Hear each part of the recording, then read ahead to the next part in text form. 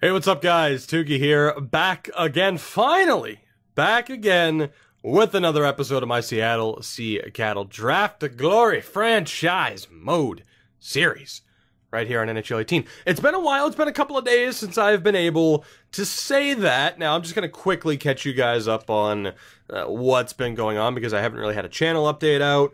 I haven't had any videos out in a couple of days. So, Thursday, we streamed, there were videos and all the fun stuff.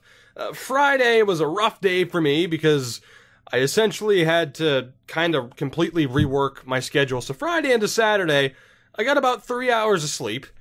This is going to be our lineup, by the way. I'm just going to show you guys this lineup, and we'll take a look at the Vancouver lineup, and you can make your own thoughts from there, of course, as we are the 8th seeded team.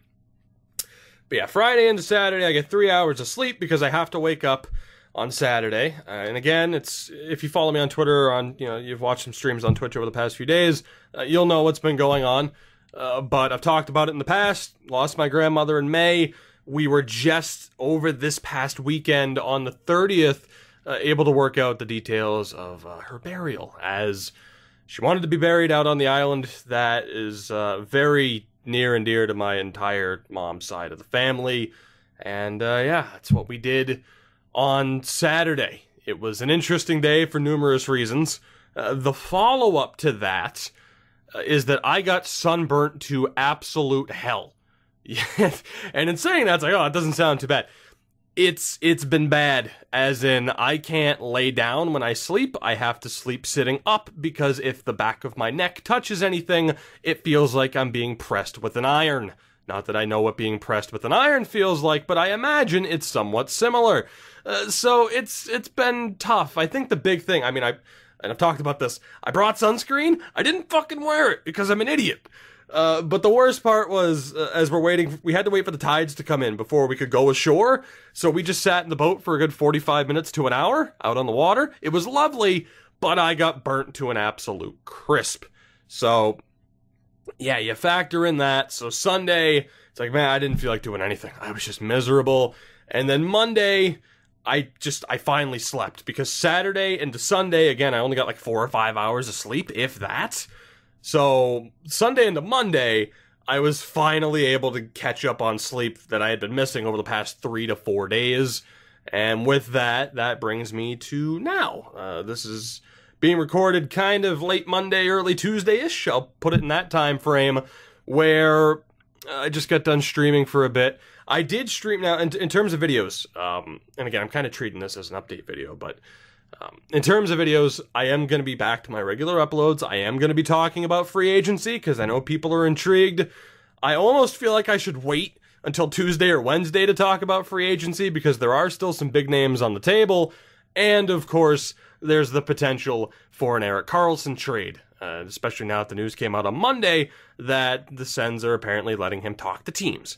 But yes, indeed, there will be a Tukey's Take out with me talking about everything. I'm going to have one Tukey's Take for the rest of the league, one Tukey's Take for the Bruins and what they did. So keep an eye out for that. With that said, I think I covered pretty much everything. The point of bringing that up was, I had streamed Sunday during the free agent frenzy, streamed Monday night as well. So the streams are on track. The videos starting today will be back on track. With that said, with the lineup scene, what do you guys think after looking at the Canucks lineup? What do you think our chances are in this series? It's not the most threatening lineup that we've ever seen, but we are the 8th seed, taking on the number 1 seed, really. Actually, no, they're the 2 seed. Yeah, we finished 3rd, so they're the 2 seed in the Pacific, but we are technically the lowest rated team, we'll say, the team with the lowest point totals that made the playoffs in the Western Conference. So I'm not sure how confident I am. Of course, in the past offseason, we let go of guys like Kyle Yamamoto. We've still made the playoffs. I don't know what to feel because I feel like we're set up for failure here. It's tough for me to have a little bit of optimism. The prior offseason, we let go of guys like Yamamoto. I'm just not sure what to expect here, but when I have felt that way in the past about teams, success has happened. I bring you to the Manhattan Project from last year. Let's get down to business. You're informed on the channel. It's time to begin this postseason matchup. Our round 1 matchup against the Vancouver Canucks. First period of game 1. and it's a goal apiece, Giordano and Rogalski. So 9 shots to 8, pretty much a dead even first period. Second period is scoreless, 19 shots to 7, and that sets up this third period. Again, our goal here is simple. Take at least one of these games on the road, and this looks like a winnable game.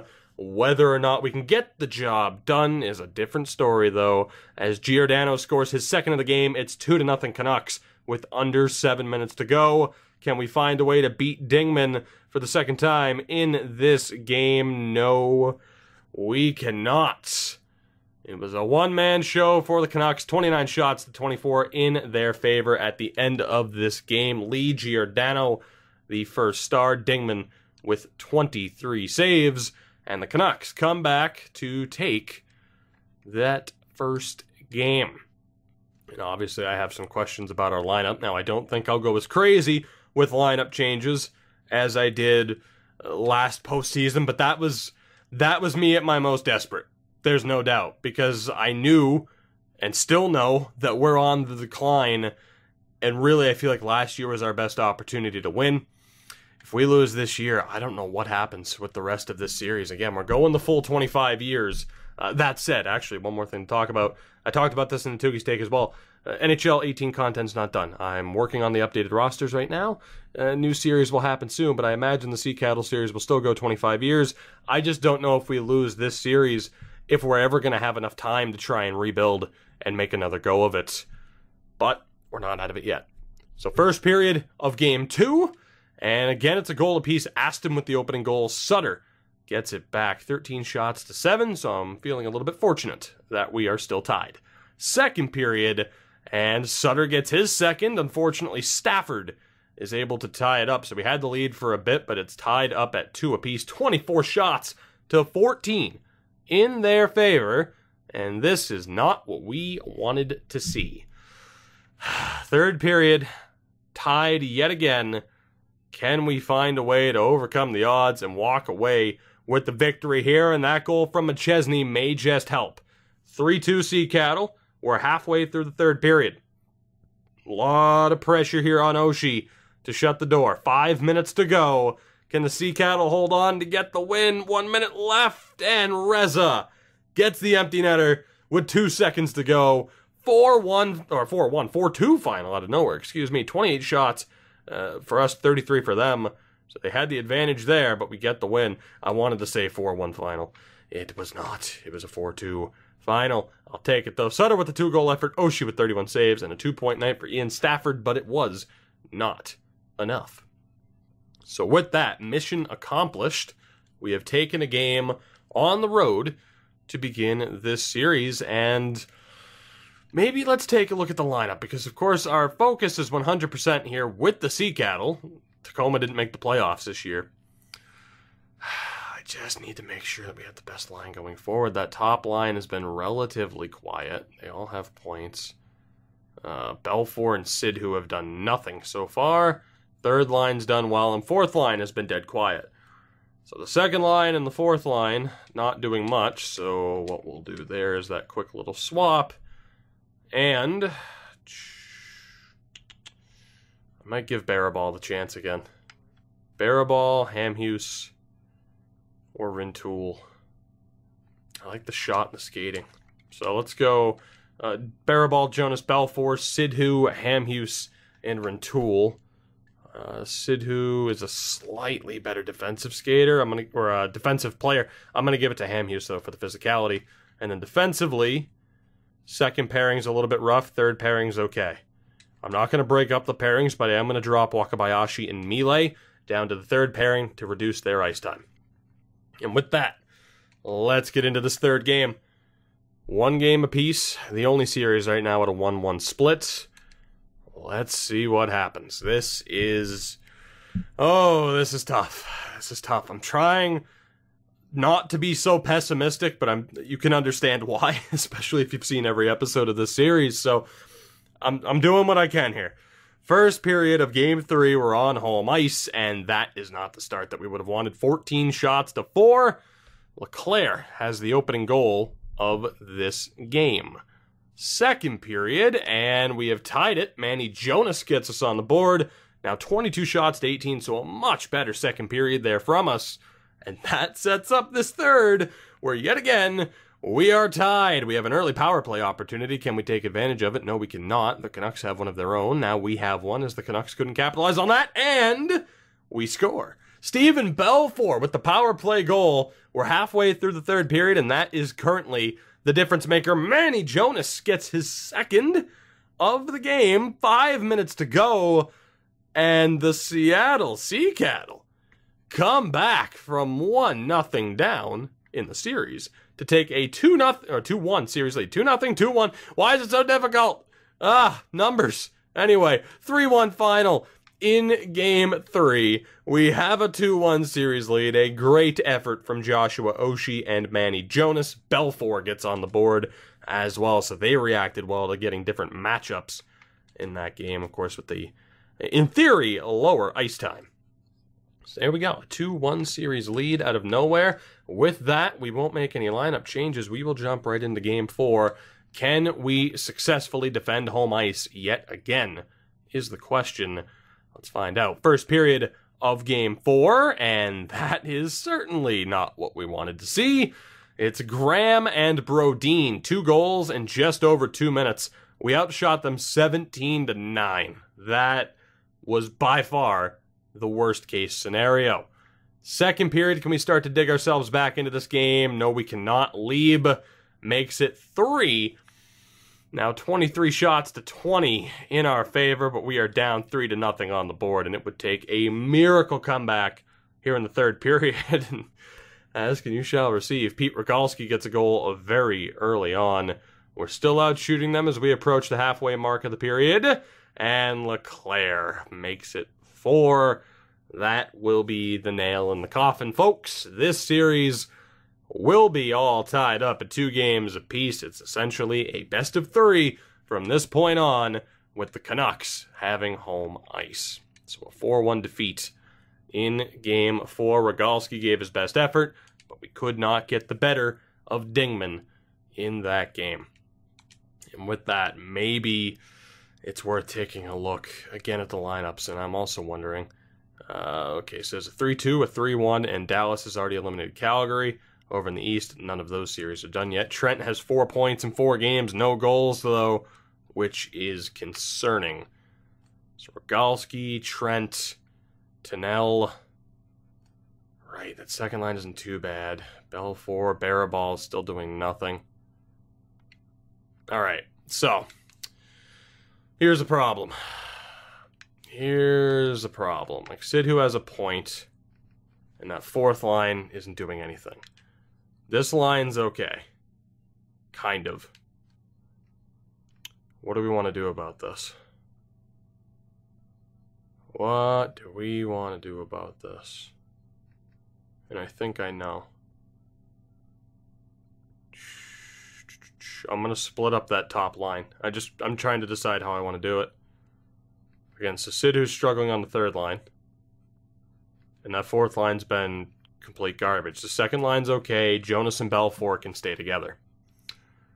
So with that, how do we want to do this? Like, just, I guess, like swap Tunnell and Rintoul? And then maybe put Rogalski with Jonas and Belfour. That might be the way to go. And then have Trent with... Who do I like more between Barabal and Sidhu? I like Sidhu. So let's go...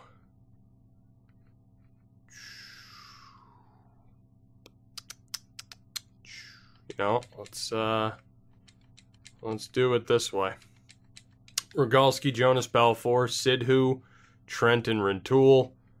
McChesney, Volk, and Sutter. Okay, McChesney has what, the 1 point? It's better than anybody else, though. And then Barabal, Ham, Hughes, Tunnell. It seems like a bit of a punishment for Tommy Tunnell, but if anybody can carry those other two to a half-decent performance, I'd like to think it would be him. And just looking at the overalls here, I'm just trying to decide if I want to drop Volk and Sutter down to the fourth line. And I think I do. I can't drop Tommy Tunnell all the way down. So that's what we're going to do. Rogalski, Jonas, Belfour, Sidhu, Bengoa, Rintoul, Barabal, Ham, Houstonell, McChesney, Vulcan, Sutter. It's a little bit of a risk, but we need a little bit more of an offensive spark as well. That third pairing has to go. So we're going to go... Let's go Wakabayashi and Bishop. I mean, regardless, it's bad, but yeah, that's what we'll do. Defensively, it's just been so disappointing year in and year out to see these guys underperform in the playoffs. I mean, guys like Bishop, guys like Reza, they've been so good for us for the most part, and then we get to the playoffs and they just collapse. But we'll see what happens. We'll make changes, or have made changes, on the defensive side of things. We've made some major changes to the offensive side. Whether or not that leads to success, well, we're about to find out, aren't we? First period of Game 5, and we do get the opening goal. It's Sutter with his third of the postseason. 12 shots to 8 in their favor, but we're up 1-0 on the board. Second period, and Rogalski makes it 2. 21 shots to 16, but we are up 2-0. 2-0.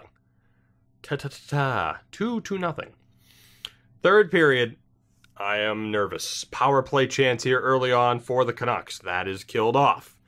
5 minutes down. I'm counting the seconds. We have a power play chance here. Can we take advantage of it? No, we cannot. We're halfway through the third period. Can we hold on? 5 minutes remaining. The Seattle Sea-Cattle have maybe one. Oh, God, Crowder, 27 seconds. You never know. We've seen goals 5 seconds apart. Crowder ruins the shutout with 27 seconds left, but who gives a damn? Oshie is still the first star, I guarantee it. Indeed, he is with 34 saves. Volk with a 2-point night. The goal from Rogalski. And again, for whatever reason, this team seems to respond to lineup changes. We have a 3-2 series lead, and we could potentially end this series in 6 on home ice. Tremendous. Rogalski now also tied for the leading scorer position with Bengoa.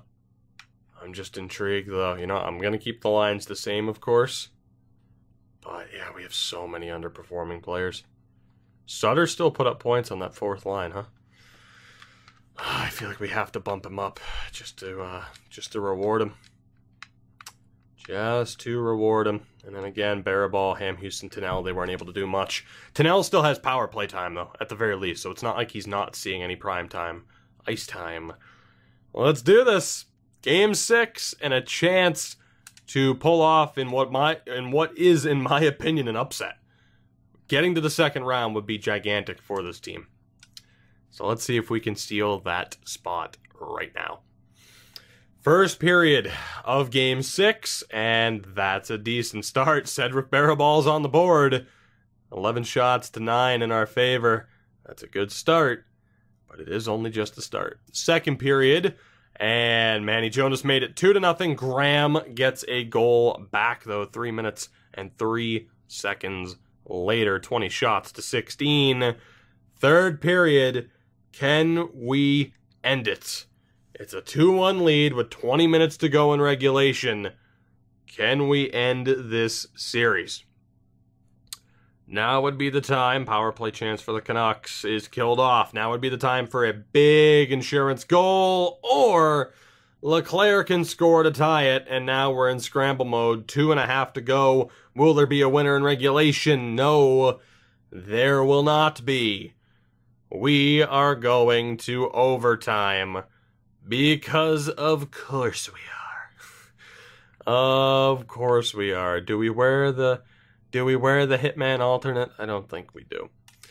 I don't think we do. We're going CPU versus CPU. And we're going to see this happen.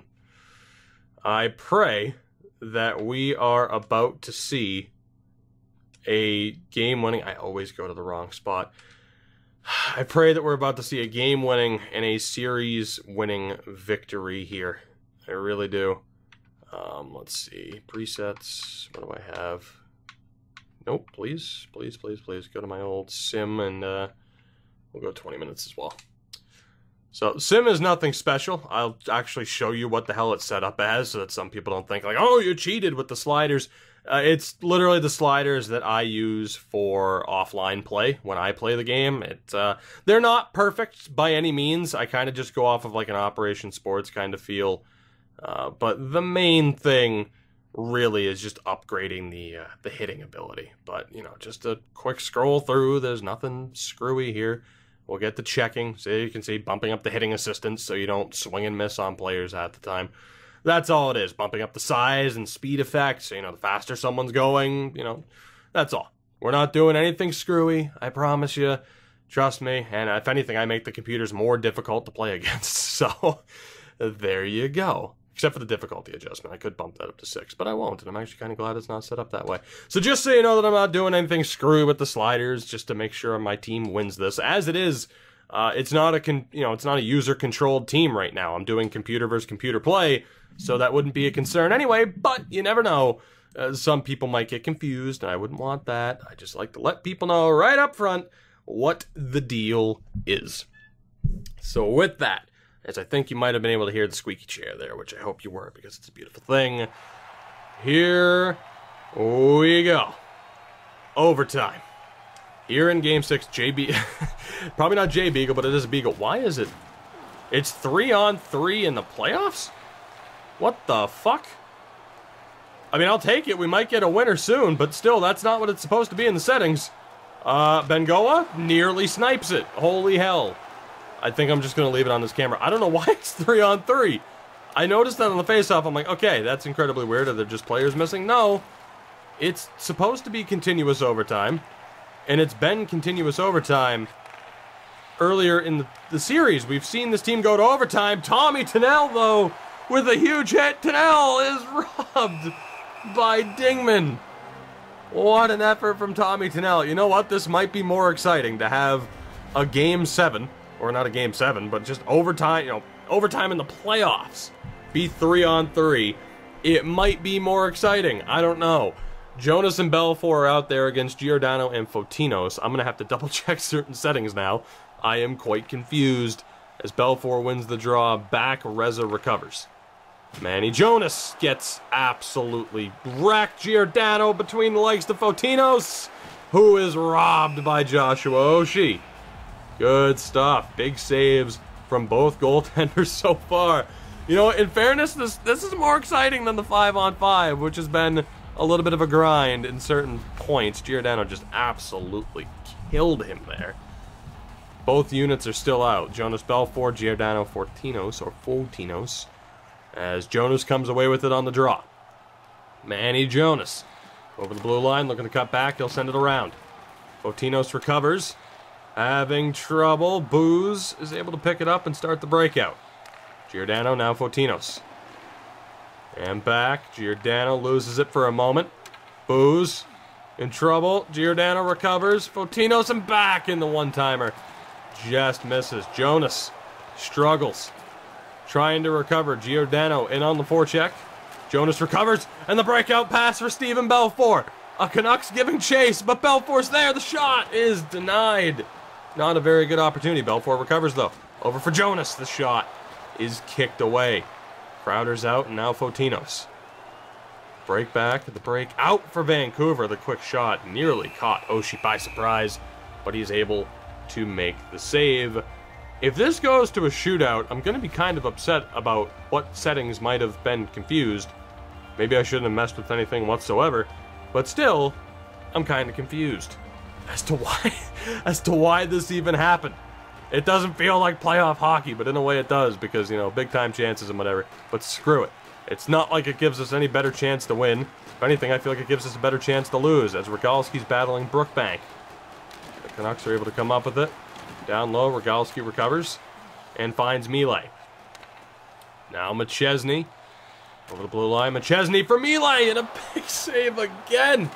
Oh, this goaltender. McChesney finds it. Quick shot is denied as well on the backhand.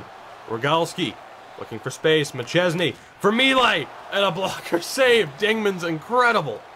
Rogalski for Millet, and now back again. Millet at the point, winds up, and the shot's blocked.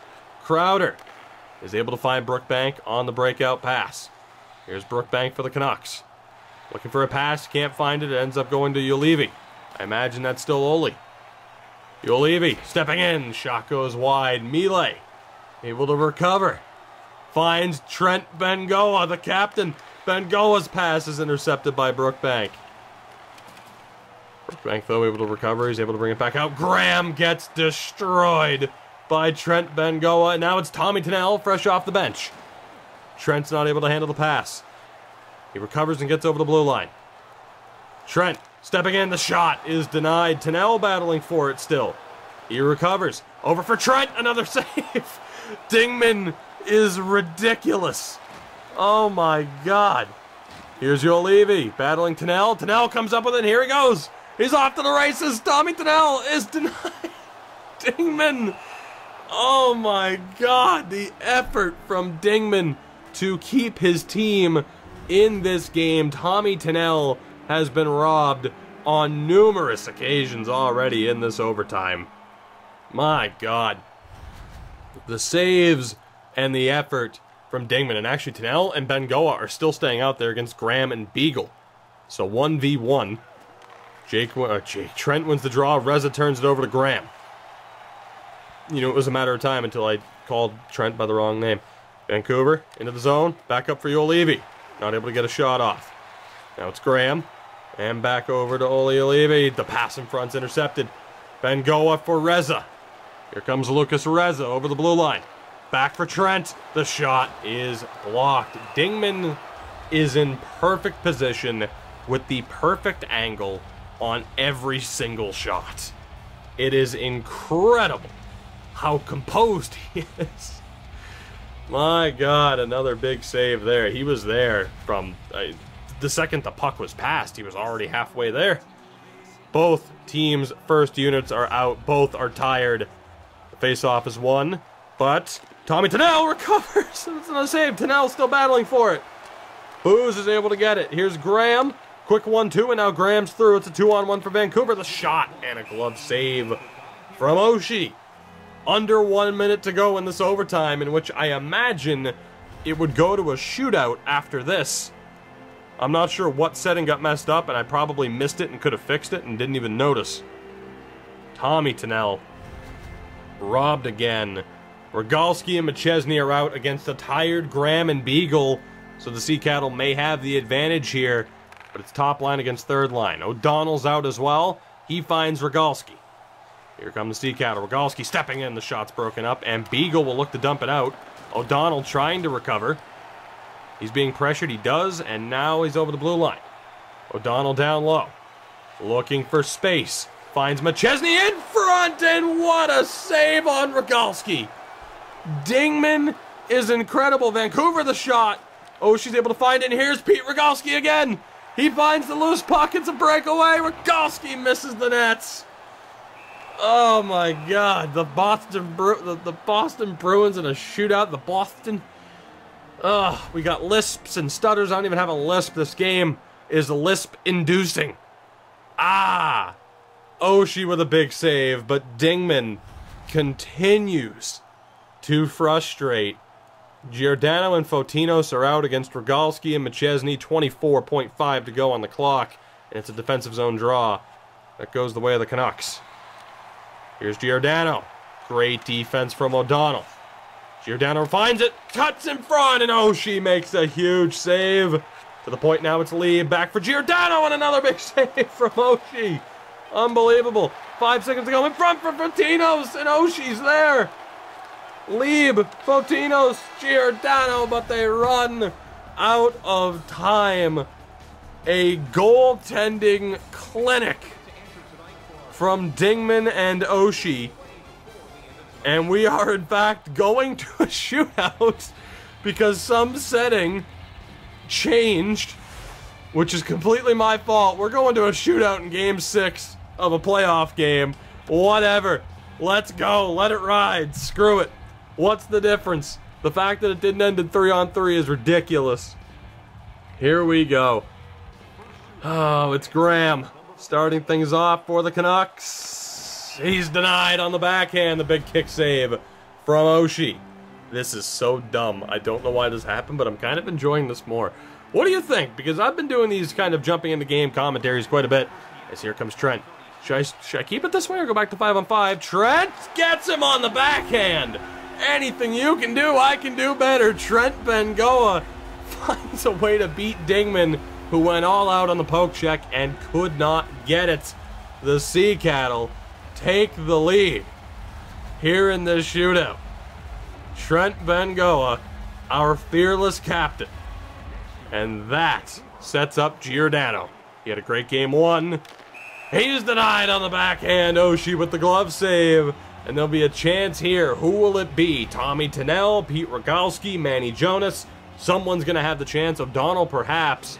And it is, in fact, Manny Jonas stepping in with a chance to end it. Slap shot goes wide. What an attempt from Manny Jonas, the Chara special. It just melts over the goalie. It's a chance here now for Vancouver. Score or you are out. Can Bomick do it? That's a nice number. Can Oshie make the save? He can! And the Seattle Sea Cattle, via shootout, have advanced to the second round, eliminating the Vancouver Canucks in 6 games. What an effort from Oshie. The winning goal from Bengoa in the shootout. Can you imagine, man, if they added shootouts to the playoffs? People would riot. People riot enough over the fact that the shootout's a thing. Ridiculous. Don't know why it happened. Let me know what you think for future episodes. Do we just go back to the 5-on-5 traditional? I don't know why this happened, but, you know, I'll admit, it was more exciting in a way to have that 3-on-3. Let me know what you think. But that is ridiculous. Why the last thing they're showing is Manny Jonas missing the just collapsing on him. I have no idea. What an effort. Dingman was the first star, Oshie the second star, Tommy Tunnell with a 2-assist night. And the Seattle Sea Cattle, of all years, have managed to not blow it in the playoffs yet. We have beaten the Vancouver Canucks in 6 games. Fair and square, clearly. What an effort. As far as line combos and all of that go into the next episode, I have no idea. Just, I can't believe we won. I don't think that's set in yet. Whether, you know, line combos, like I said, you know, you look at Rogalski, Jonas, I'm happy with those numbers. Sidhu didn't do much. If anything, he was quite bad. And Bear Rintoul didn't do anything either. McChesney, Vulcan, Sutter were good. Barabal didn't do much. Hamhuis didn't do much. So Hamhuis, Barabal, Sidhu, and Rintoul are guys that we're really looking at to step up. In terms of call-up options, Champion, Moses, Janik, and Redden would be our best available, of course, or we could even turn it to the youth of the likes of Lockhart and Don Davison. I'm not sure exactly what we would want to do. Let me know what you guys think. And, I mean, defensively, we don't have anybody. We have Luke Ma. That's the only guy that we could look to call up. So let me know what you would do lineup-wise, if you still like the idea of splitting up mainly the big 4. I mean, we could split up Rogalski and Jonas as well and give everyone of the big 4, that being Bengoa, Jonas, Rogalski, and Tunnell, their own line. And defensively, what would you do when it comes to these pairings? As we'll take a look here. I mean, Reza and O'Donnell, good stuff. Wakabayashi, that plus-minus just isn't where we need it to be. Parker and Melee as well. It's just Wakabayashi and Melee continue to struggle. So let me know what you would do lineup-wise. Joshua Oshie with a .939 save percentage. Good stuff, and he really saved us in that overtime. Thankfully, we are not going to a Game 7. But as I mentioned, let me know what you think as far as the overtimes scenario goes. Let me know what you think as far as the line combinations go. And in the next episode, the Sea Cattle will be taking on the Dallas Stars in the first round. We'll take a look at their lineup and, of course, everything else. We'll make whatever changes we have to make. We have home ice advantage. That is insane. We have home ice advantage in this series. It's Sea Cattle, Stars, Jets, and Preds over in the East. Boston, Montreal, New Jersey, and Pittsburgh. Thank you guys so much for watching. I do appreciate it. And again, sorry for the delay between videos. I'm sure you all understand. I mean, some other things happened. So we're back now, though. At the very least, we're back now. Back to the regular uploads. Still, you know, full steam ahead. heading towards NHL 19. I'm excited to see how the next week and a half, 2 weeks, if not a little bit longer, of these series go. And then I'm very excited for the start of the next series. I'm looking at least a realistic, quote-unquote realistic, no gimmick. That way we just get to use the updated rosters. And maybe there will be more of a gimmicky series. I don't know. We'll figure that out. So as always, you know what you can do to support the video and the channel, beyond, of course, just watching in the first place, which really is good enough. Leave a like, comment, subscribe, notification bell, Twitter and Twitch links in the description. If you have a pet, be kind to them. Give them a, I don't want to say the T word because then my dog will freak out, but do that. Take them for a walk, unless they're a cat, in which case, question why you have a cat, because they're terrible creatures. Killing machines, really. Don't know why you'd keep something that constantly scratches you and betrays you and sees it as a friendly gesture. You're kind of weird, really. But who am I to judge? I am going to go bathe in Banana Boat Aloe After Sun Gel. Soothing with pure aloe vera. Soothes, cools, and replenishes. Hashtag not an ad. Hashtag wear sunscreen and don't be dumb like your buddy Toogie. I love you all. Goodbye for now.